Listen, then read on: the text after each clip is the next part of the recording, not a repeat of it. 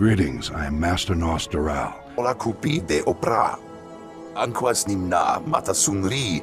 What's up, MetaNerds? We're gonna look at the Kel Dor species, everything from their unique biology caused by their deadly world, their culture with wise sages that predated the Jedi Order, a history that involves Sith mystic cults and New Republic-era secret organizations, ending on some behind-the-scenes facts and pulling from all these different resources. The story begins at Dorin at grid coordinates J8 in the expansion region of the galaxy, within the Dorin system, being near the Selenon Spur, Dorin Run, and Namadi Corridor trade routes, being not too far from Coruscant and close to the Nautolan homeworld of Glee Ansem. The terrain was mostly mountains, valleys, and plateaus, with one of the most unique atmospheres in the galaxy. It did contain some oxygen, and levels of nitrogen and carbon dioxide that were so low they were barely detectable. The main gas was helium, but even this is not what they breathe. That gas is still unknown and unique to the Dorin system, found only on their homeworld and nowhere else in the entire galaxy. It's got it a Class 3 atmosphere rating, which is worse than Mustafar, but not a Class 4. 3 means the native species can breathe it, of course, and exposure to the atmosphere itself wasn't dangerous, whereas just being inside of a Class 4 atmosphere it would kill you due to toxins or increased pressure. The Dorin atmosphere resulted in far less biodiversity than most other worlds. There are a few trees that are good for building, and others that would bear a kind of fruit, while the fauna was sparse and the only thing we get a name for is the Irm. Serpent predators that had hair on their heads and double layers of scales that it could push up into place during battle to restore itself.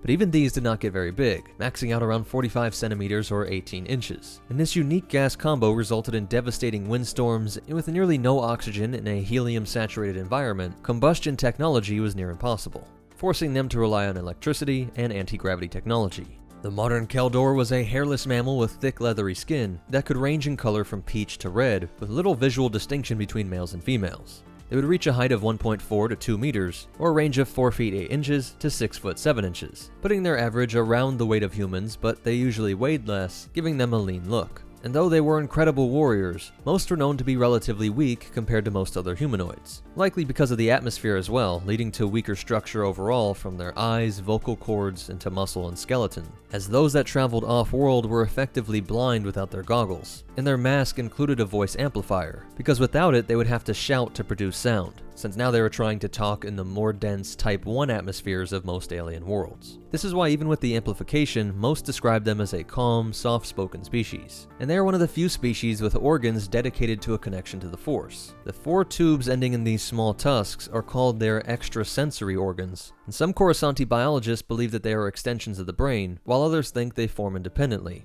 But all agree that the ability to read minds and have hints of future events involve this organ, meaning it must interact with both the living and cosmic aspects of the Force. And since everyone's so sure that this organ plays a role, it's a safe guess that some mad scientist or accident removed these organs, and the Kel Dor reported the loss or diminishing of this ability. I say diminish because it wouldn't make sense to have this be their only means of connection to the Force, and not every member of their species is powerful enough to be deemed a Force sensitive. It's just that everyone had this ESP ability at some level, a level that if seen in most other species, would have automatically had them considered to be Force sensitives. The most obvious ability is that they can all communicate telepathically, something that may only come in a special moment for Force-sensitive humans, and something that they would have to train for their entire lives. But in the Kel Dor, they all have these specialized organs to help them with this. As their society advanced, more and more families took on specialized roles, and their surnames would be simple descriptions of that role. For example, Koon meant explorer, while their given name, or first name, that was based on an ancient ritual that would stick with them long after they traveled off-world, and even when they no longer feared the spirits. It was considered bad luck to name your child off-world. It needed to be done in a place on Dorin where you could hear the howling winds.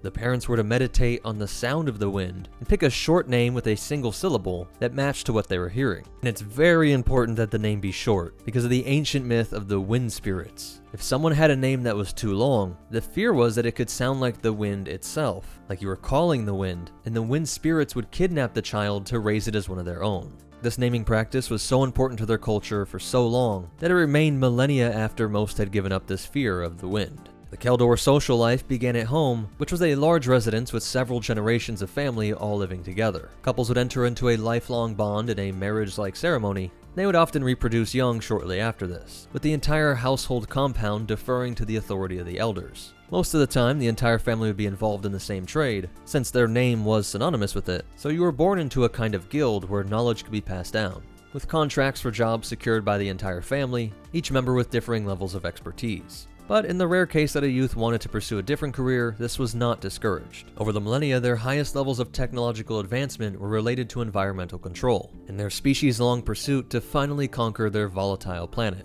working to create bountiful surpluses of food on this life-scarce world, and try and tame those winds. The demons of legend were eventually tamed by science, but they never outgrew their need for shamans. Again, we see another interesting biological connection to force powers, as most Kel Dor were born with deep black eyes, but there was the rare silver-eyed children. Predating their earliest myths, the Order of the Barren-Do Sages were the shaman that led their local community, and when a parent looked into their newborn's silver eyes, they knew they were destined to become a part of this latest generation of force-wielding protectors. The sages had discovered ways to develop their natural force connection to give them an ability to predict future events and read people's minds at a great distance, allowing them to give warnings of natural disasters, famines, and reveal the intentions of some warlord, to the point that eventually the sages were able to keep any violence on Dorin to just short outbursts, never protracted world wars. And they even worked down to the local detective level, solving everything from thefts to murders. It became expected that every ruler across the planet would always have a sage at their side, a combination of court advisor and wizard. And as that proved useful, prominent families, companies, and government institutions found it wise to consult their sage when making important decisions. And so the sages were woven into every powerful institution on the planet. It is unknown if this had a corrupting effect on the Barren-Do, as they were increasingly pulled out of the monastery and into day-to-day affairs, opening them up to every type of threat, from temptation in their own minds to use their talents for fame or fortune, or physical harm as they found themselves in the scope of some assassin from a rival faction, if anyone was mad enough to try and kill the king's wizard, as well as just disgruntled, black-eyed, normal Kel Dor, who felt that this system of force-wielder manipulation wasn't very democratic. Because even if they were not supposed to personally profit from the workings with kings and corporations, they were doing it to mold society in their image. Even if you agree that's a good image, it must have had a similar effect we see with the Jedi, as the idea of a benevolent dictator tempted those like Anakin to force their vision. Sounds an awful lot like a dictatorship to me. Well, if it works. And the citizens certainly were aware that they were considered dumb, immoral, or at the very least, simply not chosen by the Force to have their voice matter. This comparison to the Jedi's role was obvious to each party, shortly after first contact with the Republic in 5975 BBY. The Kel Dor quickly integrated into the massive galactic community. Dorin had direct representation in the Senate, and they mastered the spacefaring tech to travel off-world, but did realize that it wasn't just their atmosphere that was uniquely deadly, but the Dorin system was stuck right in between two black holes, forcing them to become fast learners if they wanted to be proactive in studying the galaxy at large. Republic xenobiologists likely would have warned them beforehand of the alien worlds, and aided in the development of the mask and eye protection, as these were keeping the alien atmospheres from slowly killing them. It isn't just that they couldn't breathe in the alien worlds. The oxygen-rich air would slowly burn away their eyes and start irritating their throat to the point that it would close up. They died of suffocation, not just because they couldn't breathe their own Dorin air, but because the Type 1 air was burning away at them. But what is pretty funny and a great tactic is that as a people, they tried to hide their telepathic abilities, and everyone from leaders to individuals claimed that the only people that could read minds were the Barren-Do sages, which is great for letting people lower their guard when not in the presence of a sage, so that the ruler could listen in on the true thoughts of an alien talking to him. And it had the dual effect of making the sages seem like insanely powerful omniscient gods that could read your mind from across the galaxy as you were just ranting to a fellow senator in a cafe on Coruscant, unconcerned with the average Joe Kel Dor sitting next to you. But somehow when you arrived on Dorin, the sage knew everything that was said. But I imagine this broke down when more and more people came to interact with average Kel Dors, and they either just eventually fessed up, because not doing so would have just freaked everyone out, or make everyone think they were all just spies, secretly gossiping about everyone behind their backs. But that little road bump is the only rough patch in their inter-alien relations. And with the exchange of Jedi and Barren-Do methods of communing with the Force, the sages begin sending off their young to join the Jedi Order. There was no record of any resistance to this new practice, and the Kel Dor quickly became important members of the Jedi Order, with almost every era having prominent members since their earliest days. Let me pause to thank BetterHelp for sponsoring this video. BetterHelp is the world's largest therapy service, and it's 100% online. With BetterHelp, you can tap into their network of over 25,000 licensed and experienced therapists that can help you with a wide range of issues. To get started, you just answer a few questions about your needs and preferences when it comes to therapy. That way, BetterHelp can match you with the right therapist from their network. Then you can talk to your therapist however you feel comfortable, whether it's through chat, text, or a video or phone call. You can message your therapist at any time and schedule therapy sessions when it's convenient for you. If your therapist isn't the right fit for any reason, you can switch therapists for no additional charge. With BetterHelp, you get the same professionalism and quality you'd expect from in-office therapy, but with a therapist who's custom-picked for you, there's more scheduling flexibility, and at a more affordable price. Get 10% off your first month at betterhelp.com/MetaNerdz. That's betterhelp.com/MetaNerdz. I've also linked them down in the description. Other Jedi realized that the Kel Dor were able to develop their powers using long sessions in a sensory extreme environment, going for long periods in complete sensory deprivation, laying flat or in float tanks with ways to block all light and sound, receiving as little stimulation as possible to the body, and then switch to sensory overload sessions, with temperature changes, blasting music, and intense chaotic visuals, trying to stimulate them in every way possible. Maintaining your focus and being able to connect with the Force in each of these sessions made it possible to keep that connection through the most boring and sleepy times and the most intense and dangerous moments in life. This helped them to develop their telepathic communication skills to the point of holding whole conversations with other Jedi from halfway across the galaxy, something even Plo Koon would do before the Clone Wars. And while most of the Jedi teachings stressed not to focus on the future, that it was always in flux, they had to admit that the Kel Dor were able to predict both imminent threats and far-off future events with incredible accuracy. It isn't explicitly stated, but it makes me wonder if the Kel Dor were behind the ancient writings of prophecy, the ones that Count Dooku was so obsessed with. The peerings into the plans of the cosmic force that became so controversial, they were locked away in the temple vaults. Another aspect of their culture that seemed to stay with the Jedi Kel Dor is the very black and white sense of justice, seeing no gray area when it came to enforcing laws. Everyone knew them as kind-hearted, but they were swift when dealing out punishment. They trusted the community, and the community trusted the sages to the point that one was guilty until proven innocent. The idea being that in these tight-knit communities, if a problem became so grave that they would publicly accuse someone of a crime, there must be good cause for that claim.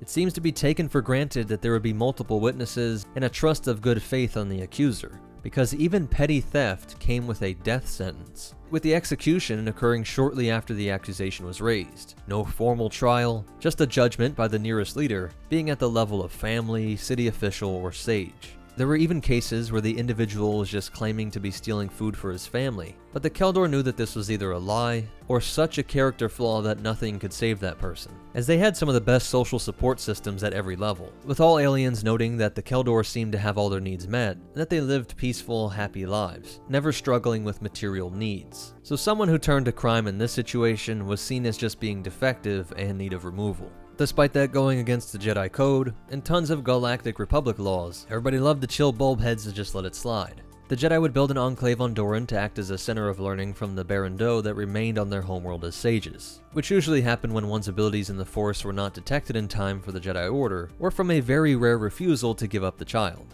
Jedi could come to this windswept world where this time they would be the ones wearing the masks, and learn novel techniques and views on the Force. The fact that this world had no rare goods or major impact on the galaxy helped it pass by untouched during the old Sith Wars. But shortly after the Jedi Civil War ending in 3956 BBY, almost all of the Jedi in this enclave were killed by elite Sith assassins. 3 years later, one of the most prominent Kel Dor in history would be writing down his first-hand account of his life as a Jedi, and his experience in the Great Galactic War. Nostoral fell in love with the Jedi archives early on as a Padawan, and was set on the path of a consular. This is one of 3 paths, with Guardian being the warriors, Sentinels studying worldly tech and got involved with the normal population, while Consular studied the Force itself, becoming healers, researchers, and seers, diving into the history of the Order, while developing personal connections with the Force and attaining esoteric mystical knowledge. Nostoral would later achieve the rank he dreamed of, but the task to understand the Sith history was daunting. Greetings, I am Master Nostoral, Keeper of the Jedi Archives. The Jedi Council requests I perform a daunting task to revise the Order's historical records in light of new revelations about the formation of the Sith Empire. This historical record was created after years of the Master fighting on the front lines. In trying to fully understand the mystery that was shaping galactic history, he found himself studying the sources of the ancient rift between Jedi and Sith. He would live long into the Cold War era, and see the mysteries of the Sith corrupt the sages back home. By around 3640 BBY, the Baron Do sages uncovered a conspiracy that was concealing an ancient Sith cult. Seemingly tied to the Sith assassin attacks, there was a secret society within the sages that were worshipping the spirit of the long-dead Darth Sion. Known as the Lord of Pain, he was infamous for surviving his bodily death for years by using his deep mastery of the dark side to will his midichlorians to stay in his heavily damaged body. The pain he suffered through each and every moment cannot be overstated, and he would be cut down a total of 4 times before finally being convinced that this tortured state of being was cowardly, and that facing the all-consuming force would be a true test of his strength. His worshippers believed that he unlocked a path to immortality, that Sion was strong enough to hold on to his consciousness, and could appear and teach those like a powerful spirit. In an attempt to learn this technique from the astral Sion, the cultists took advantage of the dwindling number of sages due to the Jedi Order, and placed offerings and conducted seances in long-forgotten Barrandov monasteries. When they found out, it's unclear how the other sages dealt with this, because while they would kill a thief, it is unclear if dabbling in the dark side was a crime in the eyes of the Barrandov. If all they were doing was making offerings and trying to commune with the dead Sith, it might be seen as odd and suspicious just for the fact that they were trying to hide it, but this is likely a new issue without precedent, and the sages would have to determine if this hurt the community or not. By the time of the new Sith Wars from 2000 to 1000 BBY, the Dorin system would be host to a massive space battle that did result in a Sith victory, but it doesn't appear that Dorin itself was pillaged. And the same could be said for Grievous's invasion of their system during the Clone Wars. In the late Republic era, the sages had faded away even more, losing ground to the Jedi and technology, as there was sound reasoning that if they wanted to do the most good for the most people, plugging into the Jedi network was the best way to do that. Increasingly so with every year, as the galaxy at large was becoming more dangerous due to the machinations of the hidden Sith. But also a more mundane reason that just the technological advancements that reduced the threat from that old enemy, the weather, and like most planets out there, they achieved relative worldwide peace, maybe some crime but still no major wars, so there was no need for the supernatural wisdom and powers offered by the sages. The number of sages got so low that few ever even saw them, they didn't get involved in society, and many believed that they were just an old myth. Only some of the more ancient noble families, like the Koon, made sure to stay in contact with them. But even his family is a great example of the Jedi draw, as Plo Koon had an uncle and niece that were in the Jedi Temple at the same time he was, let alone how many from his family left Dorin over the centuries. When the Republic became the Empire, and not just Jedi survivors but all Force cults were being hunted down for extinction, this obscurity would end up being the Barrandov's saving grace. The ancient families seemed to help hide the existence of the sages, while laying low and making sure to monitor the state of galactic politics. Their world was never subjugated, but even after the Battle of Endor, they found themselves in the domain of a new Imperial warlord Zinj. In 10 ABY, they would be attacked during the warlord's desperate attempt to retain power. But the New Republic was victorious, and the Kel Dor were happy to join. One of the first things they did when accepted was send Barrandov sages to the new Jedi Order being run by Master Luke Skywalker. Jacen Solo would go to Dorin to train with them in their unique methods, learning things like Aina Seth, literally translating to brain dead, which could manipulate subtle electromagnetic fields to make life undetectable, or protect a ship from fluxes in space. Plo Koon was known to be a master of this. He told people it could be used to evade brain scanners, and we have to wonder if it could be used to defeat life-form scanners in general, which would make it hilarious that Plo let Kenobi, Anakin, and Ahsoka go into carbonite to evade scanners. Maybe it just seemed fair if they were going to force the clones to go through it. Jacen Solo would turn to the dark side and become Darth Caedus, leading his uncle Luke to travel to the strange alien world to see if one of their teachings led him down the wrong path. We can't forget the impact the ancient Sith-worshipping cultists had on the sages, and Luke was quickly troubled by what he saw here. He eventually found out that out of a fear that another purge might happen, like Order 66, their leadership faked their own deaths and retreated to a hidden underground bunker. The Masters would give orders to coordinate with the outside world and deliver the latest silver-eyed children, calling this the underground world of the dead. The bunker was meant to turn them into spirits operating from an afterlife, vowing to never leave and set foot on the world of the living again.